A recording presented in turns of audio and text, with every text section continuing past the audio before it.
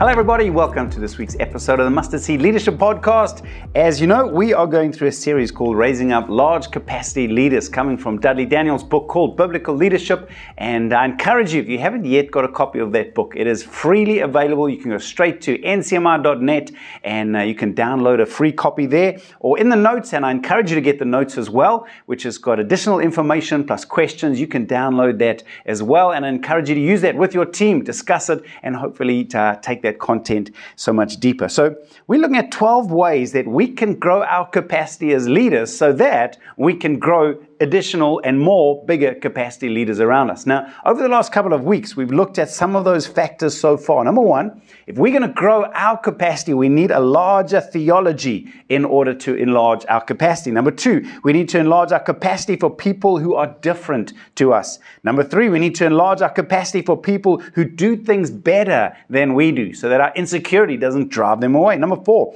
large capacity leaders are people who can cope with change. And over the last few years with the pandemic and all of that, there's been so much change.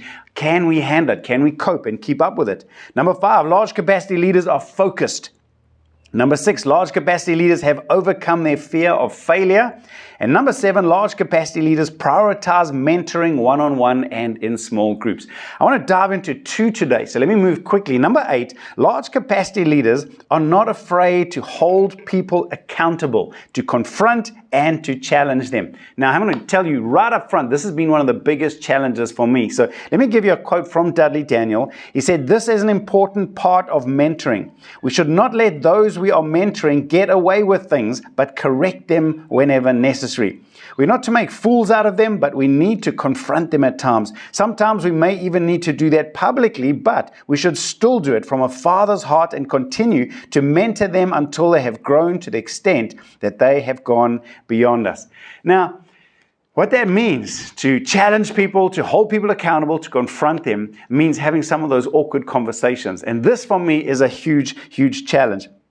In fact, I've had many of our leaders actually ask for more accountability, ask for more feedback and challenge. And I suppose I sat pondering the question, why don't I do it more? And the honest, vulnerable answer is that fear of conflict. My flesh would rather be Mr. Nice Guy than someone who challenges, confronts, makes people feel awkward or embarrassed or puts them in one of those difficult situations. But I want to remind you of a scripture that I've read many times before. For me, it's a crucial scripture that challenges me so often, from John chapter 1 and verse 14, speaking about Jesus, where it says, "The Word became flesh and made his dwelling among us. We've seen his glory, the glory of the one and only Son, who came from the Father, full of grace and truth." Now, once again, that's glorious leadership. That ability to be full of grace and full of truth at the same time. I think big capacity leaders have got that right. Now, all of us are born more on one side than the other. And for me, full of grace. I like to show people that they loved and cared for and encouraged, but I've got to learn to add more truth, to confront, to speak truth. Remember, grace will open someone's heart. Grace will make them feel loved, but it's truth that sets people free. So that's why truth without grace just hurts and people close their heart. All grace, but no truth, and they don't grow. In fact, it says in Ephesians 4 verse 15, instead, speaking the truth in love, we will grow to become in every respect the mature body of him who is the head, that is Christ. There it is, speaking the truth in love. Grace and truth leads to growth and maturity. And that's why it's so powerful and important. So if you, like me, growing your capacity by growing your courage to speak, what does that mean? It means holding people accountable to established boundaries. It means speaking up when something's not right. It means gently confronting people when you see character issues that are unhelpful. It means correcting when you become aware of attitudes or actions that hinder the call of God on someone's life. Big capacity leaders have the courage to speak the truth in love and hold people accountable. For me, that's probably one of the biggest ones that I know I've got to work on. Lord, help me to become more courageous to be able to speak truth. Let me give you number 9 as well. And that's this one. Large capacity leaders don't try and make everyone think, act, speak, preach, etc. the way they do. What do you mean by that? Well, here's a Dudley quote. "This type of leadership reveals false motives for being in ministry. If we want everyone to be like us, we will generally become controlling and manipulative and dictatorial." Have you ever heard that saying, it's my way or the highway? That's what we're talking about here. A leader who wants everyone to do it the way they do it, to speak the way they speak, conduct a meeting the way they conduct a meeting. Basically, that stems down to an arrogance built on pride and insecurity, where now they're controlling people because they think their way is best and they haven't got tolerance for anyone else's ideas or ways. The problem with this type of leadership is that it's usually built on a blind spot. That's what makes this one such a challenging one, because everyone who needs to hear that will brush it off and say, oh, definitely someone else. It's not for me.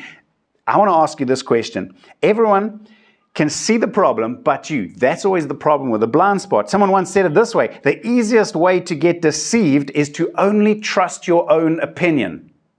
That's a scary thought, isn't it? And yet I've met many leaders exactly like that. Their only opinion they'll truly trust is their own. Everyone else is wrong. Everyone else... I want to ask you, leader, have you got someone in your life whose opinion you trust, who you actually believe more than your own, recognizing you might have blind spots that need to be challenged? As a leader, do you have others who speak into your life? If you're not open to input, correction, or accountability from others, then you may be in danger of becoming a controlling leader.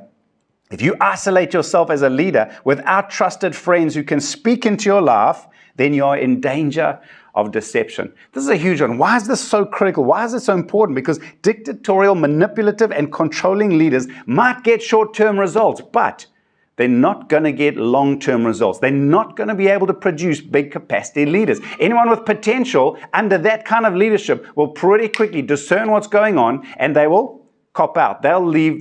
You just won't be able to bring through big capacity leaders when you've got a my way or the highway attitude. And you're not going to know you are one of those unless you're open to someone speaking into that blind spot. Big capacity leaders want to empower and not control.